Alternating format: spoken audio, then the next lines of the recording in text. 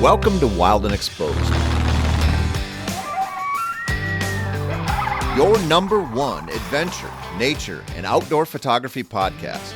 Wild and Exposed is hosted by Michael Mauro, Ron Hayes, Jason Loftus, and Mark Raycroft. Thanks for tuning in. Welcome to another episode of Wild and Exposed podcast.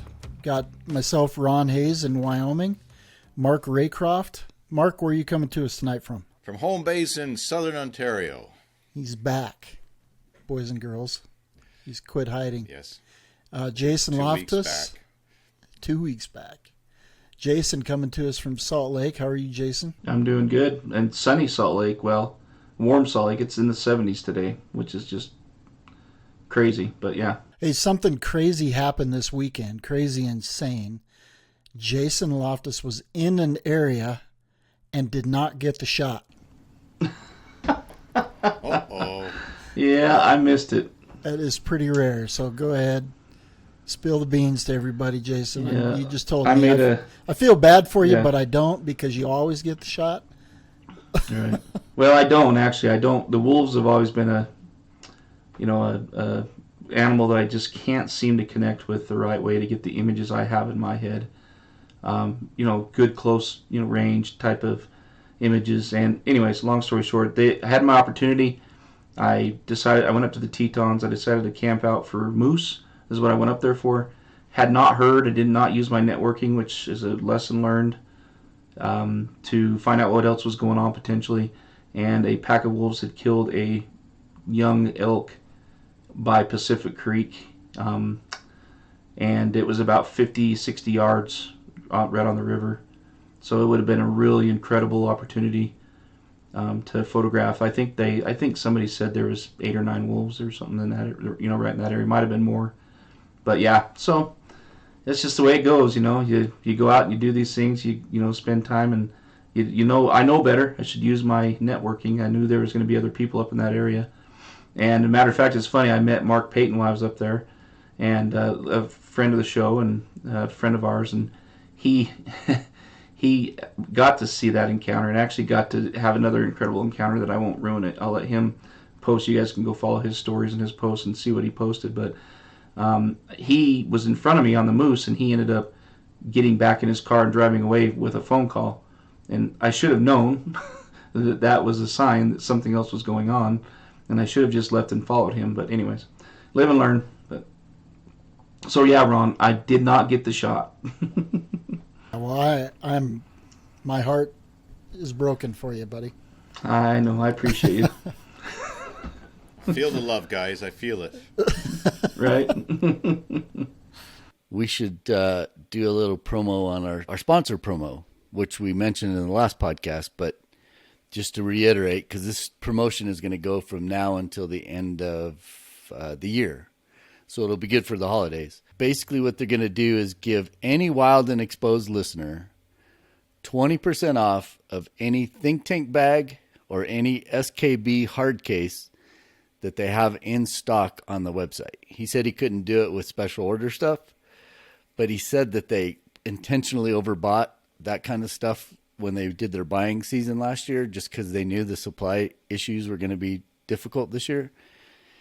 So we should have plenty of stock on plenty of different things. When I was talking to him on the phone, he was actually walking down the aisles because we were trying to come up with a cool promo. And I said, well, I use the Think Tank Airport security bag. And he's like, oh, yeah, it's right here. And so I know they've got that kind of stuff in stock. And that's like a $420 roller bag that is super awesome. I have 3 of them, and I use them different configurations and use them all the time. They fit on a 737 on up. Actually, they'll fit in a little smaller jet, too, in the overhead compartment, so you know your equipment is safe.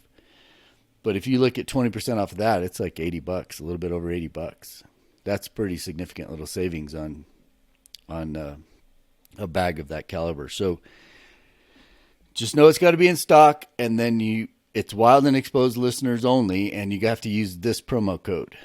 It's CASE 2021. So CASE 2021.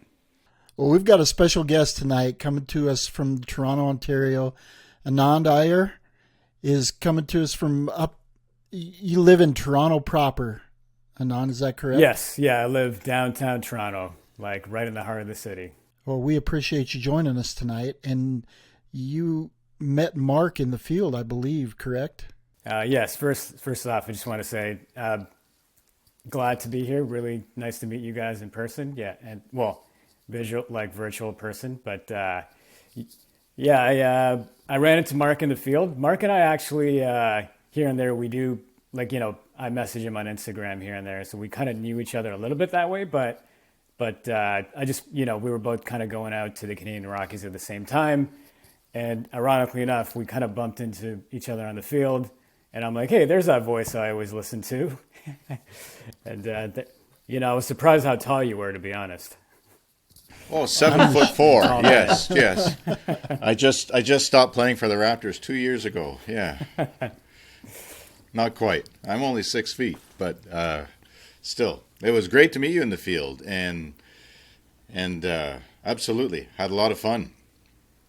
And hearing your stories, that's what spurred this along, was just meeting you, and then even in a brief period of time, you were so generous to record one of those shorts for the podcast, a question for the team, and then we just got chatting, and it's like, wow. I mean, look at Anand's Instagram, everybody. Obviously, there'll be a link in the show notes on the website, but Anand, ANAND_IYER, Anand Iyer on Instagram. So as we talk tonight, you'll be able to refer to there, but also there'll be some images in the show notes, but you'll see why I was keen to have Anand on, as well as some of the stories. Really, in the brief amount of time he's been pursuing wildlife photography, he's really been super ambitious, and the results show it. But Anand, tell us, if you don't mind, give us a little bit of history and what you do, and because that's quite interesting, and then how you got started into wildlife photography. Sure. Also, just want to say thanks for that. That's really nice for you to say, Mark. That's really means a lot coming from you. You complimented my height, so Yeah, repay the favor, right? Yeah. How I got started? Well, what do? I work in advertising, so I work in a creative field. I've been in advertising for 11 years now, so basically my work partner and I will get briefed on a project, and from like various major brands and whatnot, whoever is a client of our agency at the point.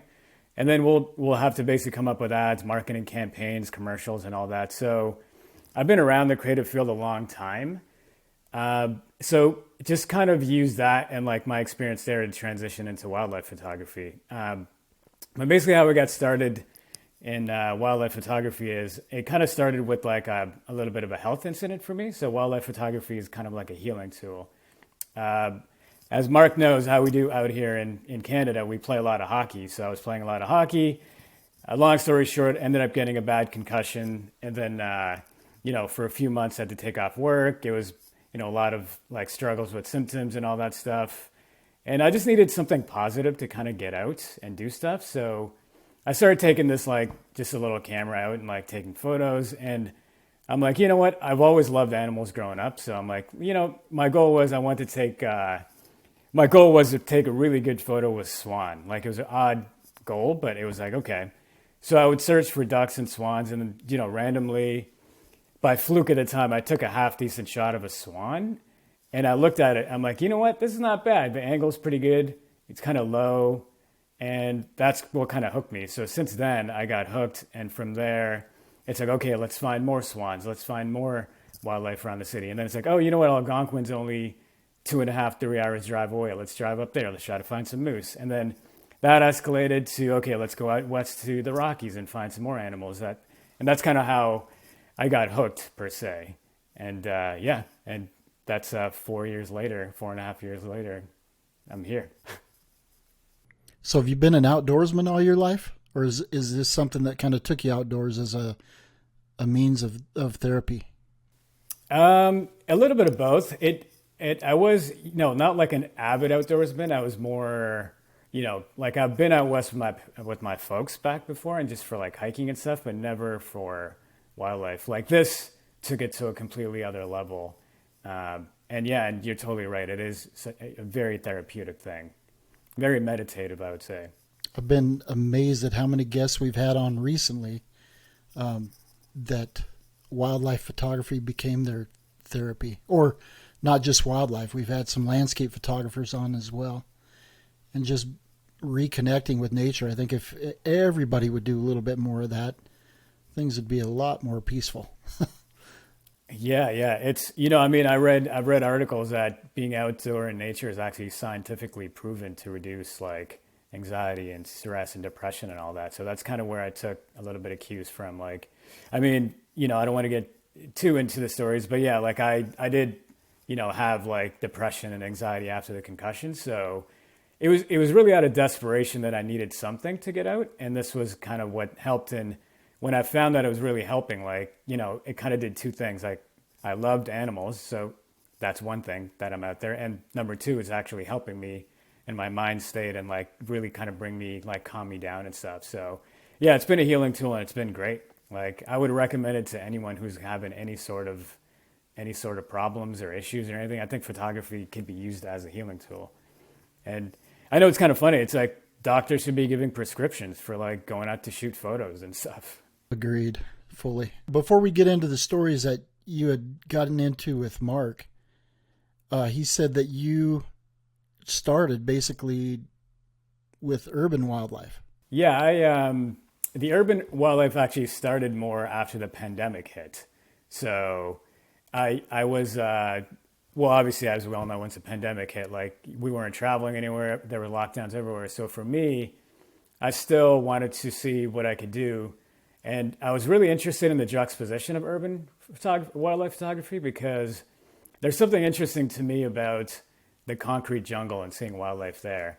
So that's how it started. And I started kind of going out, and I really lucked out where last spring, I should say, where I found a fox family like 10 minutes from my condo. So for me, I would literally wake up super early every morning, go out there, try to find them, photograph them in their environment, and like, and then by the time like 8 o'clock hits, I'm coming back home, shower, I'm ready to kind of work virtually again. So that was kind of my routine, where I would go out in the morning to this local fox family where they had their little den, and just kind of try to photograph them. And Jason, the photo you were talking about the fox coming back with the squirrels like on the street, like that's where it was. Like, that was a dad fox, and I kind of knew the routines and the routes he would take every morning and bring back food for the young ones. So there was either one of three ways he would come. So I basically had a 33.33% chance that I would kind of see him coming back if I went in one of those areas. That morning I lucked out where he was coming back. He used to come, sometimes he's come back with like 3 or 4 squirrels. I've seen him with rats. I've seen him with pigeons. I've seen him with rabbits. I saw him with a downy woodpecker. I don't know how the heck he managed to catch a downy woodpecker, but he did. So very resourceful, these urban foxes. That's kind of what I love about them too, is the fact that, they're adaptable anywhere. Like, you put them in the middle of downtown Toronto, where you wouldn't think an animal could survive, but they get by. Like, they're very adaptable. And that's why I kind of really was drawn to photographing them in like an urban setting. That'd be a great little pet project to do too, right? I mean, we talked about having a project, and you mentioned setting goals and how that can help with your healing process, but also it's just a great way to approach photography, to maybe that's a great book, some project down the road, right? But I love the fact that you applied yourself, and the fact that you knew he had 3 routes, and you put yourself in the right position to get the shot. And you guys got to go look at Anand's page, to see that photo. It's really neat. It's coming right at him, low angle. You got, how many critters did he have? He had 3 or 4, didn't he? Yeah, I think he had 3 or 4. Yeah, I think he had a rabbit and also 2 squirrels in his mouth, so maybe 3. A squirrel and a rabbit. Yeah, a mouthful. I mean, these are not just a little bull and a mouse. I mean, he was a very prolific. He was providing well for his family, put it that way. Yeah, he was a great provider. Another thing that I kind of lucked out there was where the routes he would come back from, where the family relocated the den. It was kind of in a construction area, so it was a little fenced off. So technically, maybe I shouldn't have been there, but hey, you kind of take your chances. But it was a construction area, but there wasn't anything going on. But in the wall, over time, people put a lot of like graffiti and like street art on the side of the building. So there was a lot of graffiti. So that's another one of the photos where I, like you said, goal setting was, I am like, you know what? I've gone, so at this point, it was like 2 months in where I'm like, you know what? I've gotten way too many telephoto shots. What else could I get? And I'm like, I need to try to capture these guys in front of the graffiti. And so basically I would set up shop with a wide angle. It was like an 18 millimeter or something with a wide angle, basically hoping that they would cross this path by the graffiti in the alley. And the interesting part was the wall, there was graffiti. And then on the ground, there were flowers growing, which were like purple. So it was a weird juxtaposition. And then to have a fox stroll by would just be like, okay, that would just make it. And then I really lucked out a couple of times where he came by and I just snapped away. And I got the mom fox coming by and the fox was small in frame, wide angle, with a huge wall full of graffiti and like these flowers. It was like an urban decay. Like there's something interesting about it. The whole thing didn't make any sense, but it did make sense. So that's what was cool about it. I think it's awesome that you're capturing wildlife in these urban centers. It shows how adaptable these species are. And I mean, there's so many layers to this that interest me. The fact that you can document them that way, but it's so, if I dare say, like Nat Geo documentation, to say, you know what, these animals are surviving and in some cases thriving in these huge urban centers. And to show that with that wall of graffiti, I visualize the picture. I've seen it on your Instagram. Is fantastic to show this beautiful wild animal thriving, doing well in the city. Obviously, it's not an ideal circumstance for it, but it's making it work. And your choice to do that during the pandemic is inspirational. But I also feel for some of our audience that do live in large cities and have a challenge on maybe a regular basis to escape the perimeters of the city, there are subjects you can find and pursue and get fantastic results from, like you've done. I'm really pleased that this was the start of the podcast to come up with this story. I think it's quite inspirational because most of our populations live in large urban centers.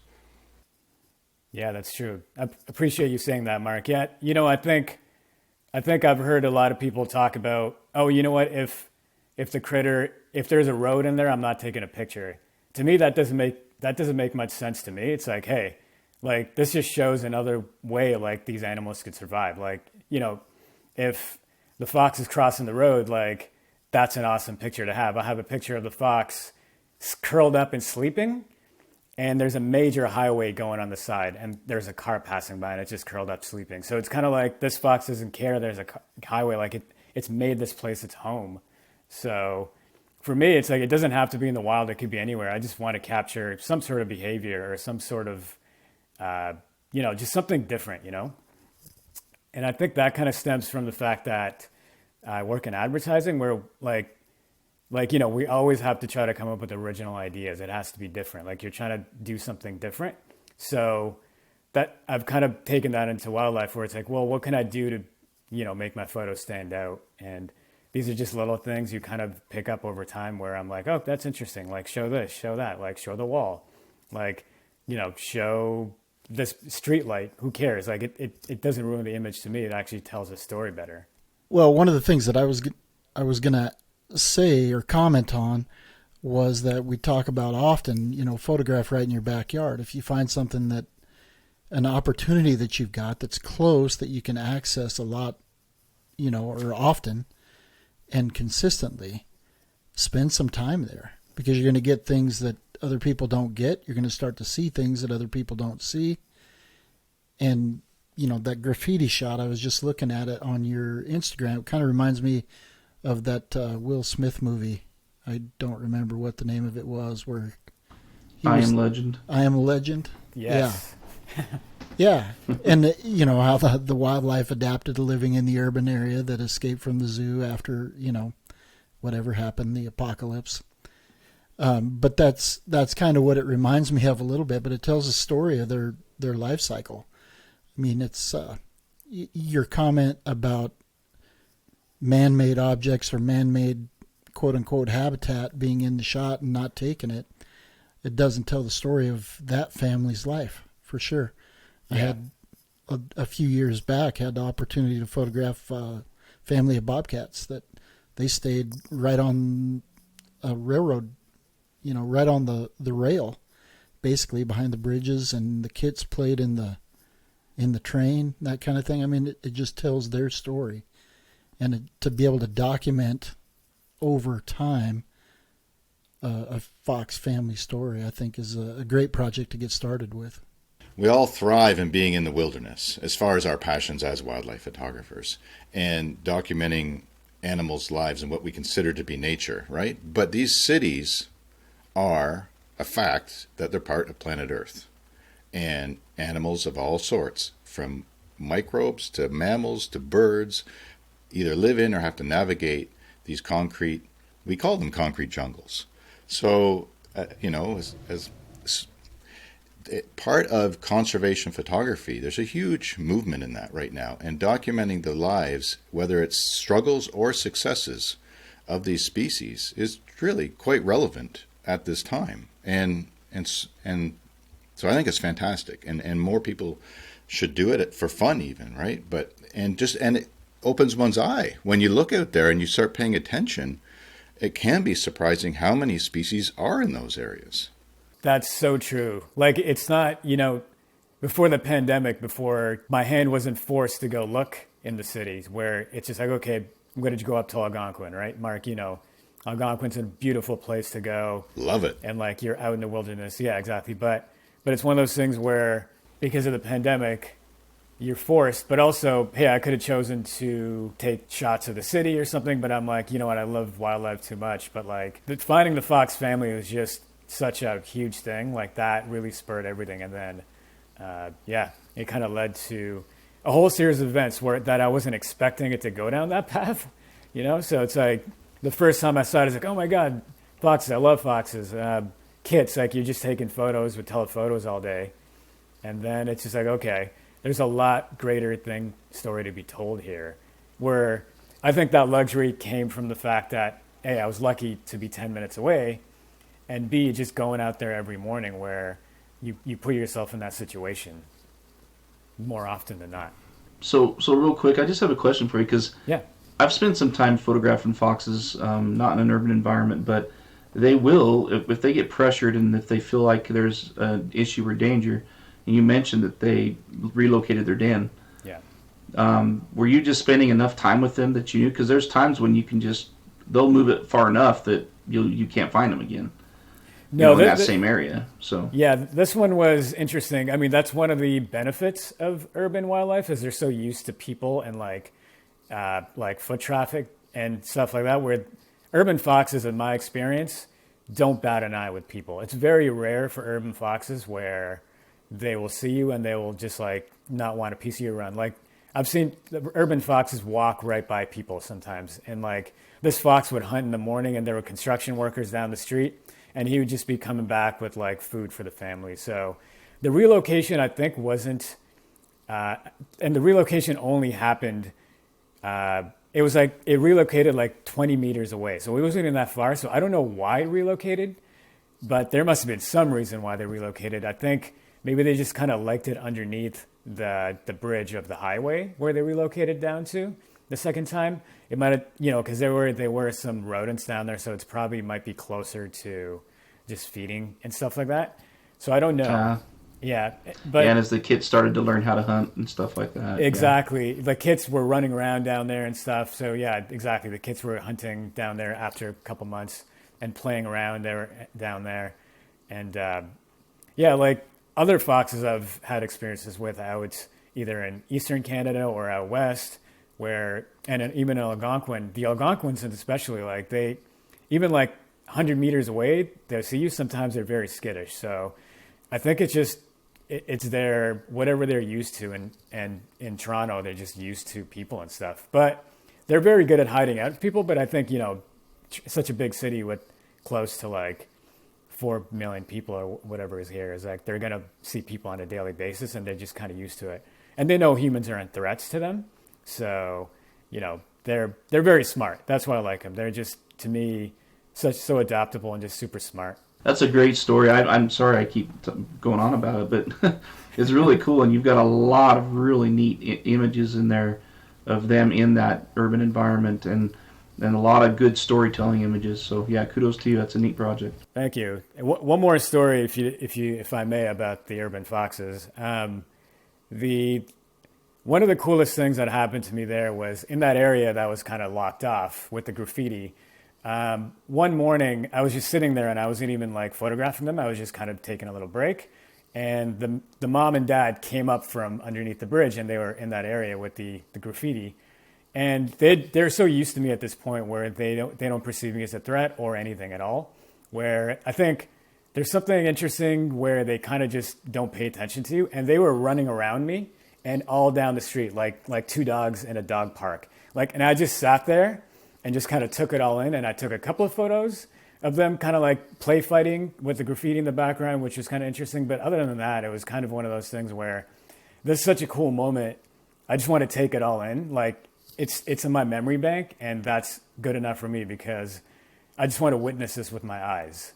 So they were running around me like dogs. It was crazy. They were going so fast. I couldn't believe it. Mm-hmm. That's awesome. I think they were trying to get away from the kids for a little bit. They were tired of babysitting them or something, Kids can be a handful. Yeah, exactly. So then you scroll through your feed, and all of a sudden you're met with a penguin. Oh, yeah. You scroll way down the feed. That's right. So that was the Toronto in waterfront. South Africa. Yeah, exactly. That was in South Africa. And, I got really lucky because I went down there to actually shoot a commercial that we were shooting. So we were shooting that around Cape Town, and it was for a charity organization called Right to Play.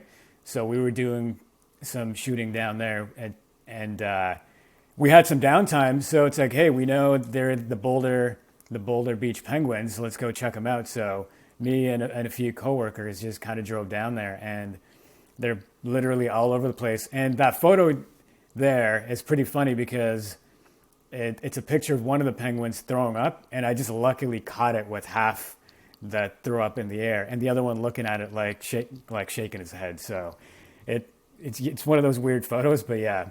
So that's a story there. It was sounds all, like marketing potential. Yeah, exactly. Yeah. It's after a long night, the partner is not too happy after the long night. Then you keep scrolling, and there's... Sorry, go ahead, Ron. Before we leave that. No, I was going to move on, so go ahead and finish. No, I was just going to say, we keep scrolling, and you see some really cool muskox images. Right. That is where I was going, actually. There you go. You guys thinking We're getting alike. wilder and wilder. I think it Right. warrants, an urban wildlife. We could do the whole podcast on that for just being so different. But Anand's experiences, this is about to get wild, people. Wait till you hear these stories. They stopped me in my tracks when we were in the Rockies, a couple of these. So go for it, my friend. All right. So the muskox actually... No pressure. It was just moving. I don't mean it like you got. Oh yeah, no make pressure it a at all, of fantastic course. story. No, but just how you did this was fantastic. It's I'd love to have that experience. The muskox is something where I'm like, I got to go see these prehistoric beasts because they've been around since the woolly mammoth, and to just be in the presence of creatures that have been around since that age kind of really kind of spoke to me a bit at that point. And I'm like, you know what? And I had been to Norway a few years before that. So for me, I'm like, okay, I love Norway. It's one of my favorite places to go. But I'd never been to this area for the muskox. So kind of researched into it, kind of booked tickets and went down. I hired a guide. I want to give them a shout out because they were great. They were called Opdal Safari. So my guide, Johan, who owns it, he kind of took me up there. So it was just him and I, and we drive down to I don't want to pronounce it wrong. I don't want to offend anybody. It's called Dovreal mountain range, I believe. And it's a tundra region in Norway where there are a bunch of the famous prehistoric muskox. Norway's muskox are there. There's also reindeer and Arctic fox, but I wasn't lucky enough to see the reindeer or the Arctic fox. But so you drive down and you're in the valleys driving down. It's in mid-March, so it's super cold, obviously, right? And the way you look for them is you look up in the mountains and it's all snow and ice, and you're just basically looking for little brown spots, like little rocks. So his running joke was a lot of people, when they see rocks, they would be like, "Oh, muskox," but it's like, no, that's not a muskox, that's a musk rock. Because like it's like you just saw a rock. Because it's hard to tell the difference. They kind of look the same when it's like a kilometer or two away when you're looking at the top of a peak. But he's amazing at spotting them, right? So he's been doing this for like 20, 30 years. And he's like, "Oh, look up there." And I'm like, "Oh, yeah, up at the mountaintop, I see it." He's like, "See those two little dots?" I'm like, "Yeah." He's like, "That's where we're going." I'm like, "Oh, okay." So I'm like, "That's going to be a long journey up." So, we get geared up. We put on the, crampons and also snowshoes with huge like spikes, because not only are you going on like huge like piles of snow and huge like drifts of snow, it's like frozen ice too when you're climbing these mountains. So you need all the support and grip you can get. Basically, I mean, it was a pretty amazing adventure just to kind of get up there in a sense, because it's a pretty big workout. You're carrying all your gear. It's cold and your fingers are freezing, but you're so hot inside your jacket. So it's like a weird fusion of like, I want to take my jacket off. It's like, no, my fingers are cold. And it's just like just a weird mix. And maybe like a few hours of climbing and we're close, and we kind of get up over the valley, and then the wind is blowing. We're in a windstorm right now. So imagine everything's white because the mountains are white, full of snow and ice, and there's wind going, and we kind of go up, and I literally lock eyes with a muskox, and it was a bull muskox, and you see their wool just blowing in the wind, and it's just kind of surreal. And at that point, my only none of the cold mattered anymore. When you get that adrenaline going, when you guys see stuff, it's just like nothing matters. That kind of took over at that moment.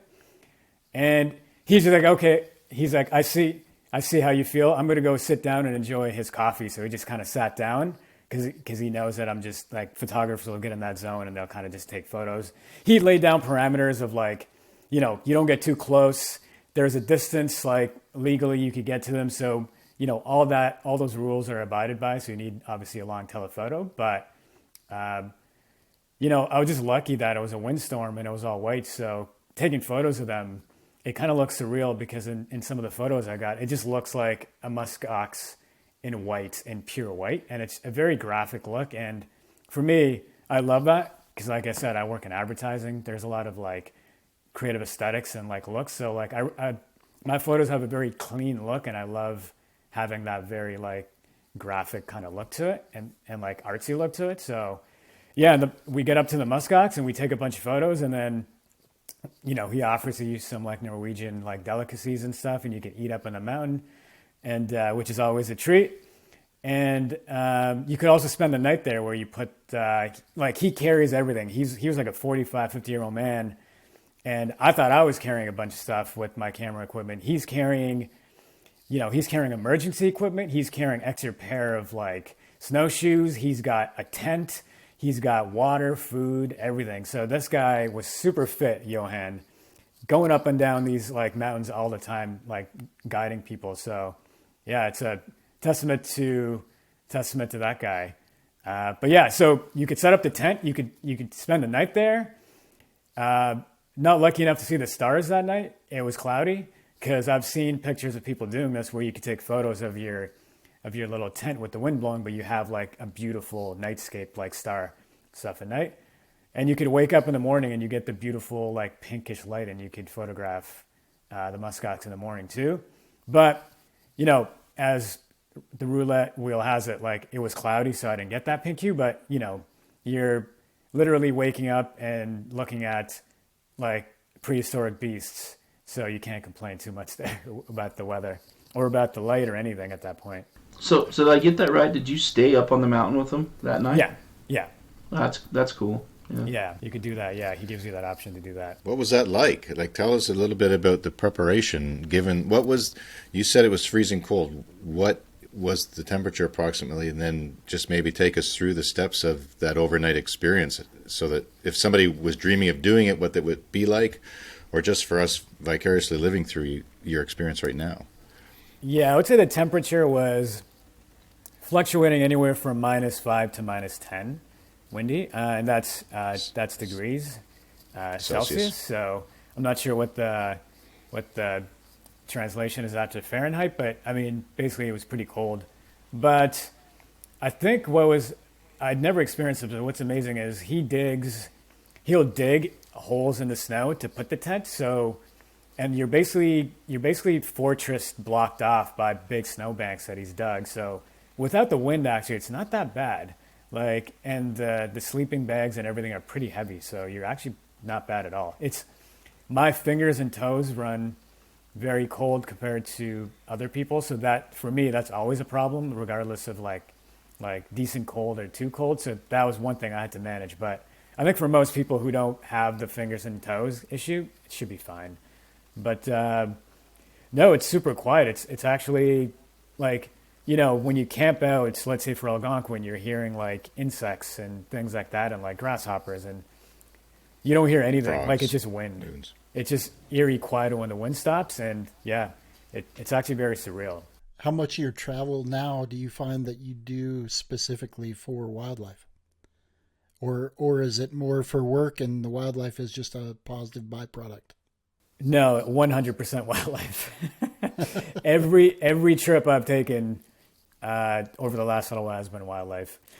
I mean, hey, I'm also single, so I don't, you know, for me, I could always kind of do what I want in my trips. So, you know, obviously if I was going with friends or a significant other or something, there's obviously more mutual planning. But for me, I'm in a situation where every trip I take, I'm going there for the intent of photographing wildlife, and everything revolves around it. That was a slick advertisement right there.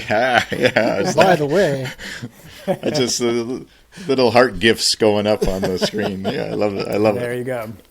Yeah. So Add a matchmaker to our resume. That's right. wild and exposed, matchmaking opportunities. That's cool. There's another tale coming up that is equally thrilling, but just out of curiosity, personally, approximately how many muskox were in the group that you encountered and were able to photograph?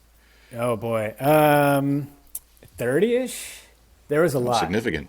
Wow. There was significant. Yeah, the first day with the windstorm and everything, there was only 2 or 3 bulls up there, so like that. But the next morning, waking up, I think the herd had come in, and there's a few bulls, and there was like a lot of females and a lot of little cute young ones, and they're just adorable to look at because they have these blonde highlights, and they look so goofy. So there was a bunch of little guys and gals in there where it was pretty neat to see the big moms like nuzzling them and stuff. So yeah, it was a pretty big herd, I would say.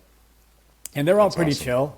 They're all pretty chill. Like, you keep your distance, and like, you know, like anything, you give them respect, and they kind of, you know, live their life as like you're not Behave interrupting naturally. them. Yeah. And the bulls, I think the bulls were staying around the edges they were kind of formed in a circle, and the bulls slept on the edges. And one of the bulls, I kid you not, was sleeping, and it felt like an earthquake, but it was like snoring or grunting. And I literally was like, what just happened? And it felt like the ground was shaking, and it was just the bull kind of making some like grunting noises, like sleeping. It's insane, these guys.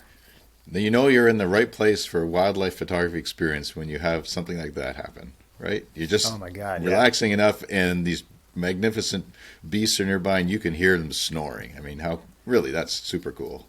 there is another story, and my question before you get to this, another story that Mark shared with us.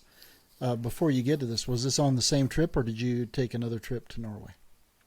No, this was my first trip. This was the first time I've been to Norway. This was January 2016. This was actually before I even started photographing. So, like, I was really? just there to experience that. Yeah, I just had a dinky little GoPro with me, so you know, it's just bad footage underwater and stuff. But yeah, so I wish I was photographing back then. But what are you going to do? It's still a great life experience.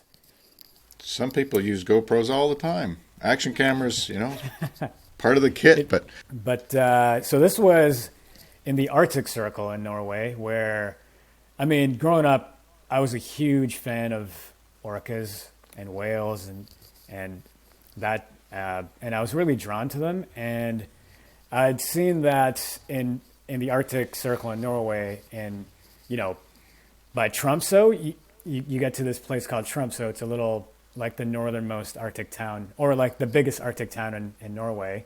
And from there, you take a little pond hopper into some of the little islands that are around there, the little fishing villages. So we went to a place called Andenes, and basically you like orcas come every like December, January, and they come after the herring that come there, like the massive millions of herring that come. So the orcas obviously follow the food source, so they come over there.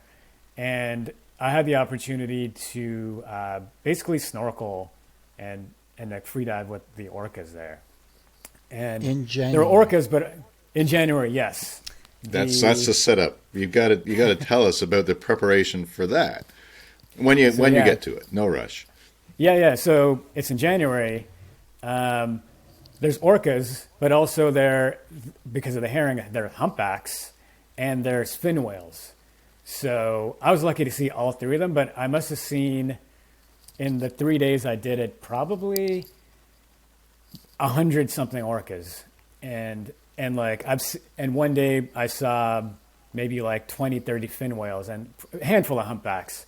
But you're basically in a dinghy, I guess, or one of those like little dinghy boats. Zodiac. And then like Zodiac. Thank you, Mark. That's exactly the word I was looking for. So to get prepared, because it's January, you're geared up where you have base layer, you have mid layer, and you have like another thermal layer, and then you put on the dry suits. So the dry suit, for me, kept everything warm. It's actually kind of hot underneath there when you're actually in the water. But like I said, I have the problem with my fingers, where the fingers were getting cold and the toes were getting cold. But they had to keep pouring hot water into my gloves because my hands almost felt like they were getting frostbite at one point. But the craziest part is it's cold. You get out there, and then you just kind of leave your boat, and then our guide, there's a pod of like 5 or 6 orcas just swimming, and he's like, "Okay, get into the water." So you kind of get in the water, and there's a splash. Could I just ask a question? I'd love this idea. And I won't tell our story. There's been times I've wanted to jump in the water, but when somebody tells you on your first trip in the ocean, and it's winter and it's cold like this, there are the orcas. Jump in with them. What's your mind doing? It's like, okay, yeah, I'll jump in with them. I mean, it's certainly a thrill, but was there any anxiety or apprehension about that idea? You know what's funny? Not at all, because I just know that orcas are like sentient beings, and like they're very intelligent. And historically, there have been only like 1 or 2 attacks on humans in the wild, and they've been like accidental attacks where they've let go when they realize it's a human. So something about, I think, whales and dolphins and the human relationship, where I don't know what it is, but they seem to just look at us in a different way, not as predator, not as prey, and they're kind of very like gentle around us, especially when you see people who go to Dominican who swim with humpbacks. Like the humpbacks are very gentle around them, and they swim gingerly, as opposed to when you see them normally, they can whip around and stuff. But anyway, yeah. So to your question, was I apprehensive? No.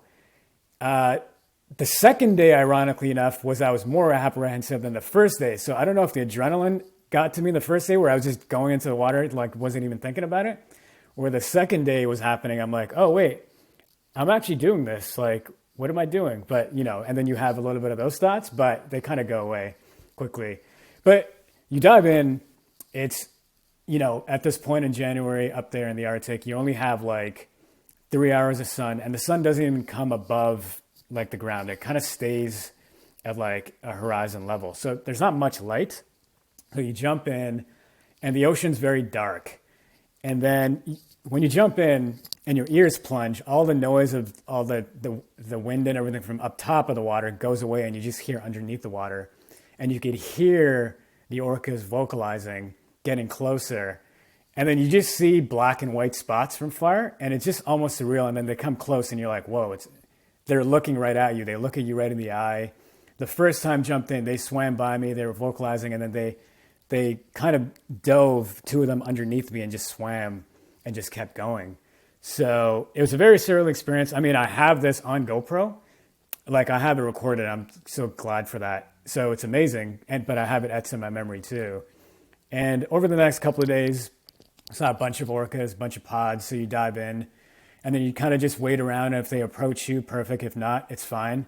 But a lot of times they kind of be on their merry way. Sometimes they'll get curious and come by you. I had a little juvenile orca swim back, leave its pod, come around, check me out, kind of go back. And then the matriarch, I guess, was keeping an eye just to see what was going on. And the matriarch hung back to just make sure everything was cool, it was really cool witnessing that, because it's like, oh, you know what?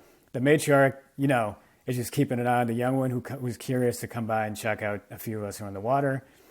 And like, when the young one swam away, the matriarch also like looked at us, and you could feel the echolocation. Like they were pinging me, and you kind of feel it, and I can't explain it. It just felt, it felt strange, but like, I'm like, oh, I think they're actually like echolocating me right now. And then like, once they figure out you're nobody and you're just like this little tiny human in the water, they just go on their merry way. I mean, stop and feel that for a moment. Think about that. I mean, I always tell stories too quickly. You've been doing a fantastic job, but just for our audience to think about what that would be like to be in the water. You can see things. It's a dark ocean, though. It's cold. You have these magnificent beings come up to you and do this echolocation on you. I mean, how it doesn't get much more personal, really, or moving. Yeah, it was unbelievable. You're very like, I don't want to say emotional, but you're kind of choked up. You're like, wow, they just kind of, they just looked at you, they just recognize you, and they just like accept you as you are there, and they just kind of go on their merry way. And there's so much computing in their head at that point, because, their brains are pretty like advanced, you know what I mean? Like, they're one of the smartest kind of beings in the world. So, they're computing what's going on. And it was just kind of really like a really moving moment, Their brains are so much larger than ours. I just can't help but just wonder how they perceive things, how they think. Are they that much more intelligent, but just living in a different medium? And your experience, unlike being on the Zodiac or on the boat, seeing them swim by, but being in the water, under the water, in their world, where our senses are somewhat limited from what we're used to, right? But we have our vision and what our body can feel. That's just really so much more intimate and amazing. But yeah, I love just thinking about it. And I wish there was a way, just fantasizing, just to gauge their intelligence or their thoughts, just given the size of their brain. Yeah, I think it's like when you read about some of the things they do and how they raise their young, and the matriarch stays with the pod, and they all kind of look after each other. Like, it's pretty amazing how they don't have, like some animals will, most animals probably the youngs move on. Orcas, they stick together for life, I believe, where the pod just keeps growing and growing. So like, and the family just keeps getting bigger. The other thing too is in that same trip was I mentioned fin whales, which are the second biggest mammal on Earth next to the blue whale. So one of the days where we didn't see too many orcas, but we saw a whole bunch of fin whales and some humpbacks, and we were in the Zodiac just floating in the rough sea in the middle, and all around us, anywhere you look, north, south, east, west, there were just spouts like everywhere from fin whales going up. And like, I don't know who said this, but it's like, it felt like we were in like whale soup. Like anywhere you look, like literally it was just whales everywhere. And it was that was surreal too. But we didn't get in the water then because the fin whales, they were like torpedoes just swimming so fast, and it just wasn't safe to get in case you get clipped or something. It's just not wise. But in the Zodiac, just observing that was pretty insane. I think it's important to point out that the Marine Mammal Act is a North American protection. and you are allowed to get in the water around marine mammals in Norway and in other parts of the world, even southern North America. You can get in the water with whales. It's different protection than what we associate with here in the U.S. and Canada, where you're not allowed to go within 100 yards or that kind of thing. So it's one of the areas where you can do this, and I think, if I'm not mistaken, I believe Norway was the first area where people went to swim with the orcas. So I believe so. Yeah. My question specific about that trip, did you stay on the surface, or were you able to submerge and? Oh, sorry. I thought you were asking if I stayed on a boat overnight on a boat versus like on land. No, sorry. Yeah, you submerge, but the wetsuits are pretty bulky, so it's really hard to move around too much. So you're kind of doing your best, but like you submerge a bit, but you're not going down like you have a dry suit and with fins. Like you're not free diving 10, 20 feet. You're probably staying like 5 foot and above. I just wanted to clarify for those, was it 2 nights then that you spent on the boat as well?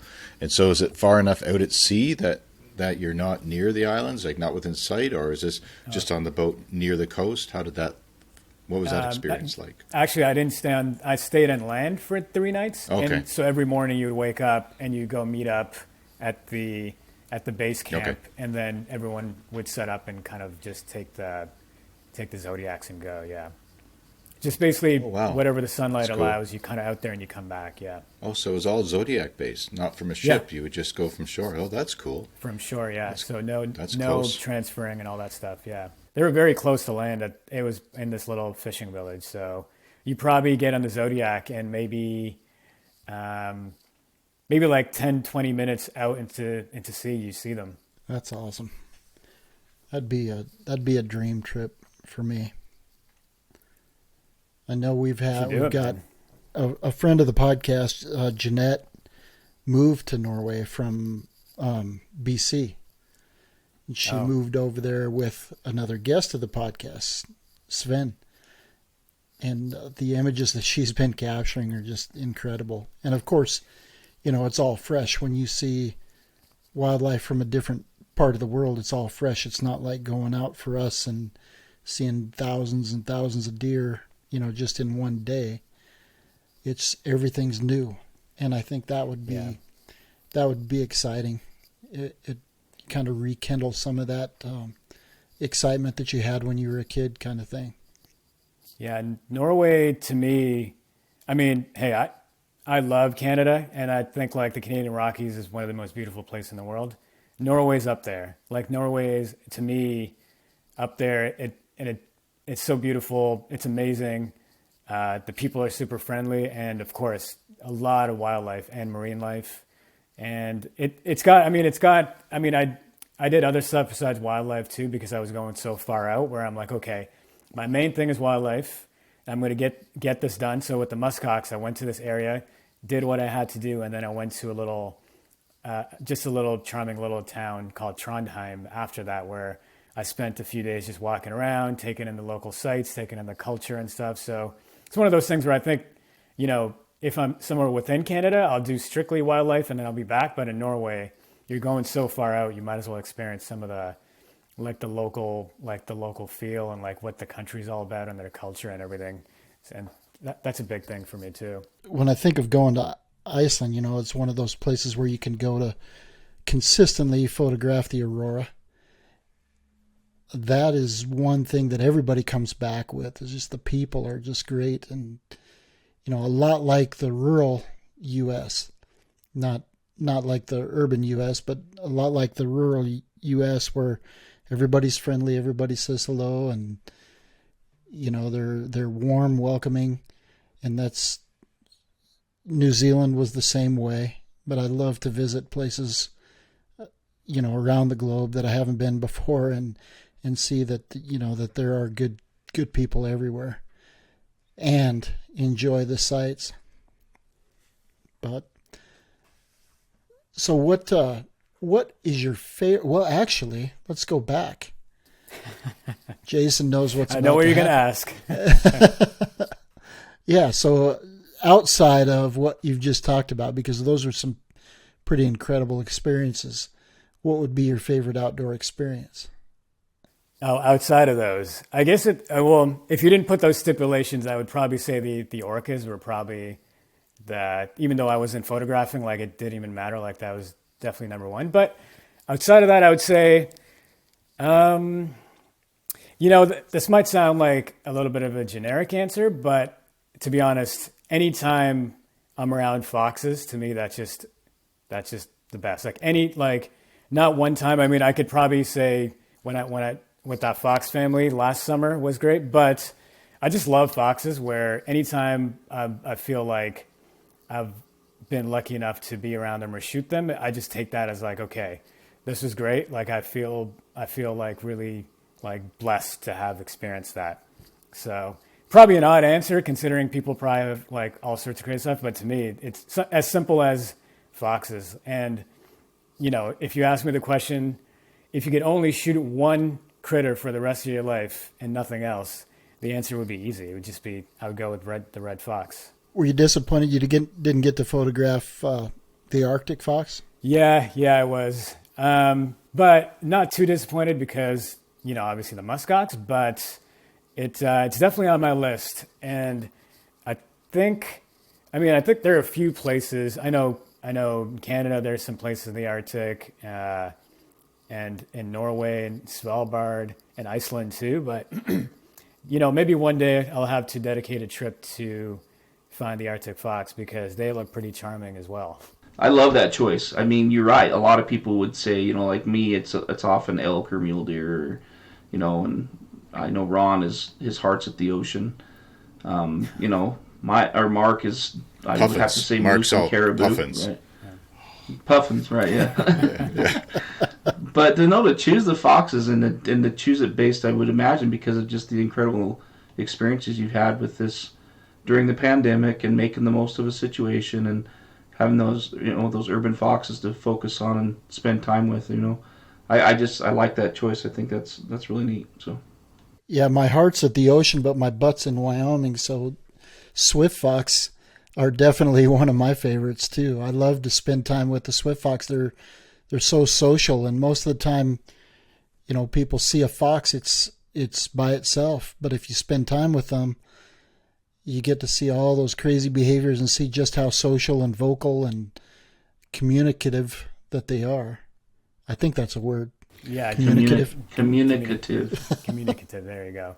But no, Ron, I'm glad you brought that up because that was something I was going to bring up too. Because I do remember hearing you talk about the swift foxes, and I'm sure, yes, there are different species of fox, but I think they might have a lot of similar tendencies. So, like spending time with the swift fox family, we probably experience very similar kind of like behavioral kind of like family bonds and ties and stuff, right? They are very vocal, sure. And I think that's the thing. When you just sit down and observe like them, they're very charming. I just find them very charming. Yeah, I would say the same thing. I think there are a lot of similarities. I haven't spent, honestly, as much time around red fox as I have with swift fox, but I know in the times that I have, you see, those basic behavioral traits that are common to both, but there are definitely differences. So if you ever get to Wyoming, come down and photograph swift fox with us. I would love that. Wyoming is sort of on the list. It is, yeah, the whole like Wyoming, Jackson Hole area. It seems pretty awesome for moose too. I see a lot of people with putting up moose pictures all over the place down there. Mm-hmm. Is it that easy, or they just make it look like that? No, it is not that easy. It's pretty easy. It's easy. Yeah, you come down, man. We'd love to have you come down. We'd show you around, no problem. I have a friend that knows where some swift foxes are too, and he keeps telling me I can come photograph, but I haven't had the chance to do that yet. So, I may have just invited somebody else to go too, and just. Man, I'm still yet to have that encounter. So. You what? Oh. Well, this just got awkward. Oh, it's not awkward at all. No, I'm having fun it's not watching awkward. this. No. I'm just joking. I wasn't even paying attention. So, I have, so what's? I have a, Go ahead. Oh, sorry. Go ahead. Go ahead. Oh, I was just going to say, what's next? What's next? I still have a few vacation days left to the end of the year. So in a couple weeks, I'm doing like a little mini trip where I'm taking Thursday, Friday off. So flying out from here and going out to the Canadian Rockies from Thursday morning, and I'll be back, landed in Toronto Sunday around midnight. So I know Monday for work, I'm going to be brutally tired, but it'll be worth it. That's my kind of trip, baby. Sounds exactly like Jason's trips. What were you going to ask? And then did you have a question or something else you wanted to? Yeah, just a question on, I know we haven't touched on gear, which we all love to talk about. All you guys have the R5, right? Is the eye autofocus always on point? Or like for me, I feel I'm like 90% happy with my 5D4 and my telephoto. And like maybe there are little things I'm like, sometimes I wonder, but I do really love the experience of doing it. And I'm like, I don't know, it's a lot of money to do all that. And sometimes I think about it and I'm like, I'd rather use that money and put it into 2 or 3 different trips. And that's usually been my thinking. But sometimes you when you're sitting around in Toronto with nothing to shoot, some days you're just like, the R5 or nah. I would say if you're happy with what you're shooting, stick with it. There are advantages to the mirrorless system, of course, and the biggest thing is that's the direction everything's going. And the reason that I made the switch back that direction was just strictly because of the video capability, or the hybrid shooting capability, I should say. But if you're happy with the 5D4, that's a very capable camera. It's a great camera, actually. So, unless you're shooting a lot of birds in flight, I would say there wouldn't be a lot of advantages to making that switch. Right now. Okay, that's good. You just saved me a lot of money. Yeah, I'd only add real quick, what it sounds like one of the key reasons you'd want to switch is because of the eye tracking and that. And if I was you, honestly, I'd wait for some firmware updates or wait for the R1. I hear the R3 is pretty incredible too, but with the 5D Mark IV, you'd probably want to go with something with higher megapixels. So but yeah. Anyways, I would agree with Ron. I'd say if you're happy with what you're doing, and that's why you're switching, I'd consider waiting. It's an interesting discussion too when you think about it. Resources are limited for people. So, do you have to have the newest, best gear, or do you get an extra trip out of the year or two? And those experiences, I love how you weigh that. And for now, I mean, if what your equipment is, the results you're getting are making you happy, then, there's something to be said. At the end of the day, it's the experiences that we've had and had privilege to do in our life, not the camera that's in the filing cabinet, right? I mean, it facilitates the results, but it's a good point that saving a little money can create more experiences by spending it elsewhere. Yeah, that's a very good point. I mean, I find I'm never disappointed if I take a trip instead of putting it into gear. Like it just, you know what I mean? Like it just doesn't ever come to that point where like, I wish I had done the other. And also, that's a weird reason where I could be a little sentimental with gear, with just stuff. And I've had the 5D4 for like 3.5 years. And I've just taken it around to a lot of places and captured and done some amazing like things in my life that I really cherish with, the muskox and all that stuff, and shot all the foxes. And I've got so many memories with that camera where it almost feels like it's like a part of me. It's a part of my experience. So that's a weird, I've never heard, people don't really talk about that, but for me, it feels like giving something up where it's been with me for so many different things. I don't know if that kind of stuff ever comes up with anyone you talk to, but I don't know. For some reason, I feel it sometimes. For sure. I had a tough time parting with the D850, and I know 2 other guys that are the same. Still shooting mine. I still haven't got rid of it. Yep. Yeah, still using it. It's an extension, right? Yeah, the R5, I'm enjoying the capabilities of the R5 and the challenge of learning this intricate system, but the 850 is still my extension. I mean, I hope the R5 gets to that point. And I think in an ideal world, if everybody had, for those people that can afford it, and do the trips, great, but it's not always required. So I'm just glad that came up for the sake of the podcast and listeners that way, because it's not always, gear is great if it keeps you safer, makes a trip more successful, and even whether it's clothing or boots or camera gear, but it's all about the experience. So that's the first thing to embrace. Yeah, definitely there. The other advantage to waiting is buy them next year when everybody's switching to the R3 and the R1, and right. It's half price. It's just going to be cheaper. That's right. That's a good point. Yeah, I mean, everything I've bought has been used anyway, so exactly. You just kind of look for deals and stuff. But I mean, before the body, I kind of looked at what the lens and what was the ideal lens for me, and then I kind of figured out what was that, and then like extension, what's a good body to go along with it. So I was telling Mark out in the Rockies, I'm like Jason, man. I got the F4 400 F4 DO version 2 telephoto. I love the low light capability and the foreground and background separation.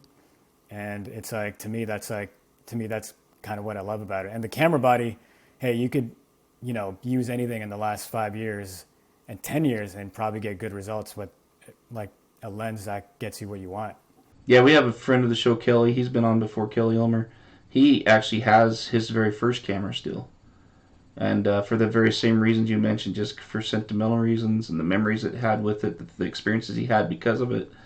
And I highly doubt he's going to get rid of his 850 and some of his Nikon gear. He's made the switch to Sony, but I doubt he'll get rid of much of that. So, I think it makes a lot of sense to hold on to some of those things if it makes sense to you. I wish I had mine. For what I got for them, even the film cameras, some of them, right? I was saying the F5 bodies, I sold 2 of them, $500 each, but the mileage I had on those back in the time for what it was, yeah, it makes total sense to me. So you guys have been. Oh, sorry. Go ahead, Ron. No, we keep interrupting each other. My bad. You're fine. That happens all the time. I was just going to ask, how long have you been shooting now? 4.5 years. Yeah, okay, and what is, for you being relatively new to photography, what is the most important thing that you have learned or focused on that's helped you advance the quality of your images? The most important thing, and I hope that's not a cliched answer, but I think the more I put myself out there, the more of quote unquote good luck that I find myself having, where, sometimes I have like a very obsessive behavior in a sense of like, if I really am into something, like I'm into it. So like you just putting yourself out there all the time. And like a lot of the Fox photos and everything that I wouldn't have nearly any of that if I went even half the time. You know what I mean? And like, it had to be the amount of times I was out there. And hey, like, I totally admit, like, sometimes luck plays into it. Like, it really lucked out that it was close to me, but and you just have to wake up early and kind of put in your work. And that to me was the biggest thing, because I always felt, because as growing up, I was like an artist. I used to paint, oil paint, sketch and all that. So for me, I always had creative like vision, and for some reason I had a little bit of what I always felt looked good aesthetically, and that came a little naturally. So for me, it was just getting out there and giving myself that opportunity to capture what I was sort of envisioning was really helped me. So I was kind of lucky in that way, where I had so many years of training of just like getting like mental preparation of just like what's creative and like what's good framing, and like what happens when stuff is like on the top left versus bottom right, or like what if it's dead center but if it's up top. Like all those things were already kind of naturally ingrained in me. So for me, the biggest thing I found helped was just getting out there as many times as possible. I think that's well said. Good information. That's why Mark's got his 10-day rule. I think. When life permits. I think I'm changing it. I'm changing it. 21-day rule. Yeah. I'm sure you are. Right. It's just the more you can, and yeah, that's the most recent trip I did was a month long, and it's longer than virtually all the trips I've done as far as one continuous trip. And the opportunity to observe behavior, to document it in all kinds of different compositions, in a variety of light, in a variety of habitats, all unfolded purely due to the amount of time I was out there. Obviously, I mean, it happens with all of us, and that, consistency will also breed good luck. That's a strong answer. I like it. It makes sense to everybody. If you're not out there, you don't see it. You can only see so much from the couch. Yeah, Nan might be able to see some foxes from his couch, though. So, one right behind me. Right? Yeah. For those watching on YouTube, they have the privilege of seeing that image. And foxes are such photogenic, naturally photogenic, clean animals for the most part. And a cross fox, to me, there's hardly anything more visually striking than the cross fox color morph of a red fox. All are, but when I see one of them, I've seen a number of them, but in 25 to 30 years, I've only photographed 2 or 3. And one was recently, and everything else stopped when that fox waited long enough to pose, right? So I feel it. Yeah, cross foxes are incredible. Like I've been fortunate enough to see a handful of them as well.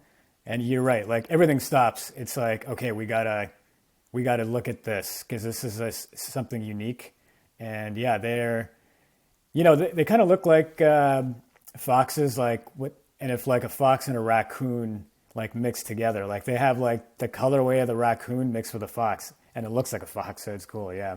Yeah, I think all of us talk about foxes, red foxes in snow. That's what always on the top of my hit list when I go spend time in Yellowstone in the winter.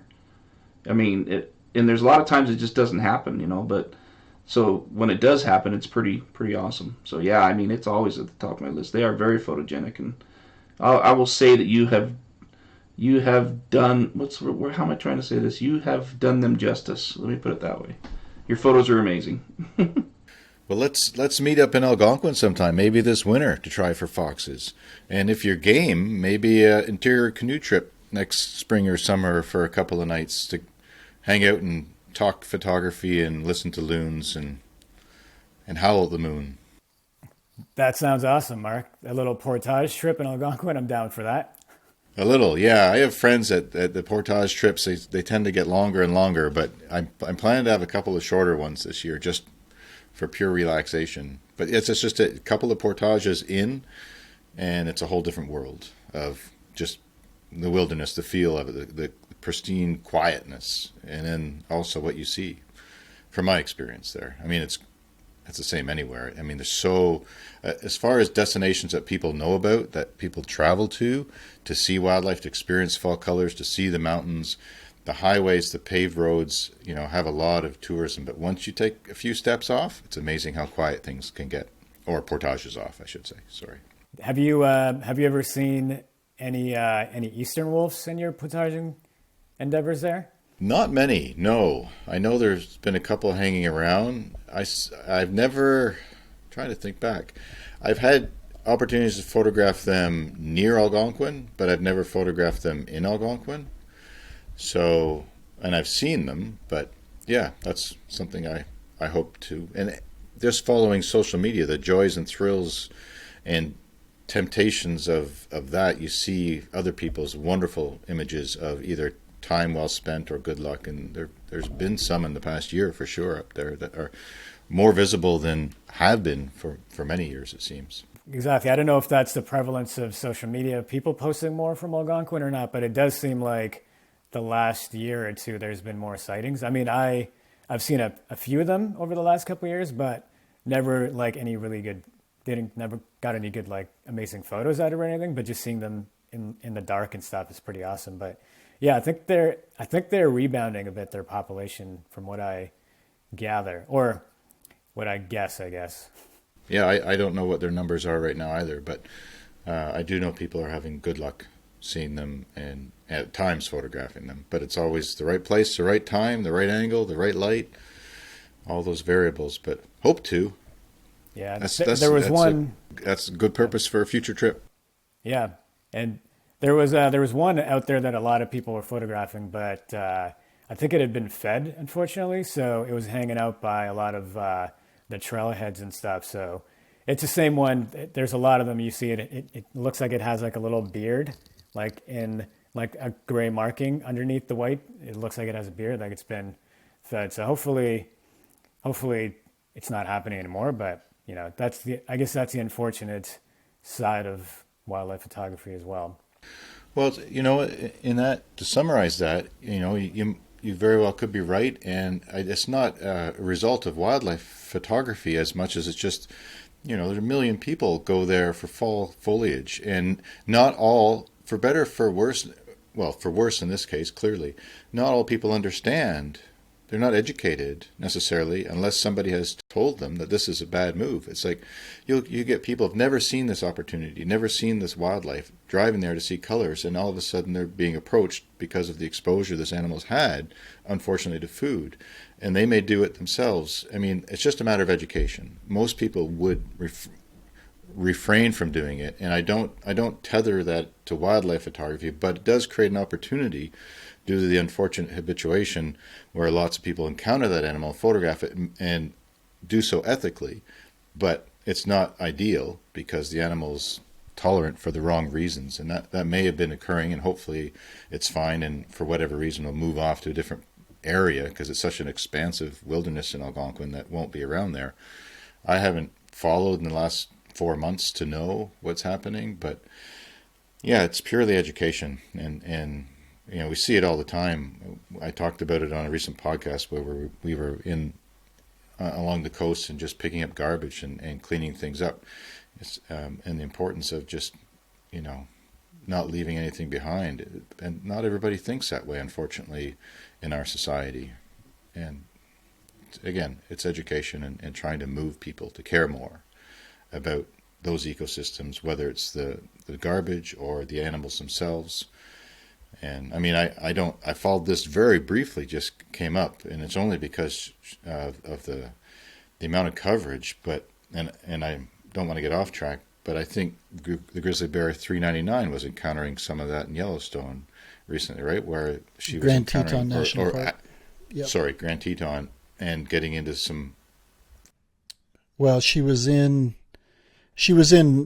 more urban areas or more heavily populated areas, and they trapped them, and 2 of the cubs now have collars. 2 or 3, Jason?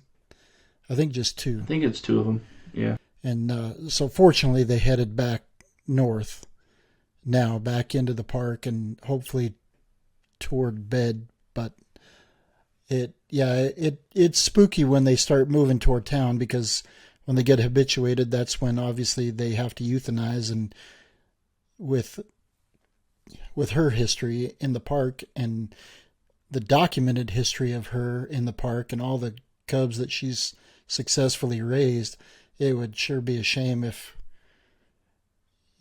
something like that were to happen. Or even to have to move her, because she knows that park, and people know her, and she's a good bear. She doesn't have too many problems with people. And so she's a good one to have in the park. And, it's one of those things where, speaking of education in that area, and we are getting off topic a little bit, but it's one of those things where they're hoping to have an ordinance in the county where people have to have bear-proof trash facilities at their home even. It's a little bit of an expense, but it would save a bear or 5. Right, and the animals don't know, right? It's all part of planet Earth. It's different. There's an asphalt road, but they'll walk across it, and then if there's an opportunity, it can be unfortunate. So again, just to tie it back into education, because it's happened in Algonquin Park. I've known wolves over the decades that have had one or two instances that have a similar storyline, and some haven't been able to live because of that level of habituation. So it's purely education and tolerance with these animals. I won't go any further on that, but it's good you brought it up. Yeah. That was well said. I loved your stories. I mean, seriously, the experiences that you've had in 4.5 years of pursuing this passion that we all share, and the quality of your work is off the charts, and the originality of it. The fact that you embraced urban wildlife and kept the fire going, the passion, the fuel, and not only that, but immersed yourself in a calm enough state to just get to know this fox family and document the world. Still, again, I don't want to be repetitive, but it's planet Earth. It's still, Toronto is still planet Earth, right? They found a home there, and you documented that in a way that most people wouldn't have seen or thought or put the effort in to do. So that, plus the ambition and the adventurous spirit you have, thanks for coming on the show and sharing that with us today. No problem. Thank you guys. It was a pleasure to come here and chat it up with you guys. Yeah, we already have the title for the write up, Adventurous Anand Iyer. There you go. So you can check out Anand's work. There'll be a link on our show notes at wildandexposed.com to his Instagram page. It's Anand_Iyer. And you can also watch today's episode on YouTube if you're not already. Please follow us along on Instagram, on Facebook, at wildandexposed.com. I'm not sure, Jason, when this baby's going to air. Do we have any idea about that? Just quickly. It'll probably be sometime in December. Probably right around Christmas time. So. All right. So what I was going to talk about was the store on wildandexposed.com for Christmas gifts. But it might be too tight a time. But everybody likes to start the new year with a resolution. And what better way than a nice hoodie or winter beanie with Wild and Exposed on it? Food for thought. Easy to find, easy shopping. We've all worn the stuff, wear the stuff, ordered the stuff ourselves, and love it. Something to think about. And it helps to support our podcast and our efforts here at Wild and Exposed. Jason, Ron, and Anand, it's been a pleasure. It's great to see you guys talk about wildlife photography, hear about adventures. Until next time, everybody, you've been listening to Wild and Exposed Podcast. Thanks for tuning in. We got our windows down, driving down the 405, sing along to the radio. We're gonna make it someday. Nothing's gonna get in our way. We will be the biggest band in town.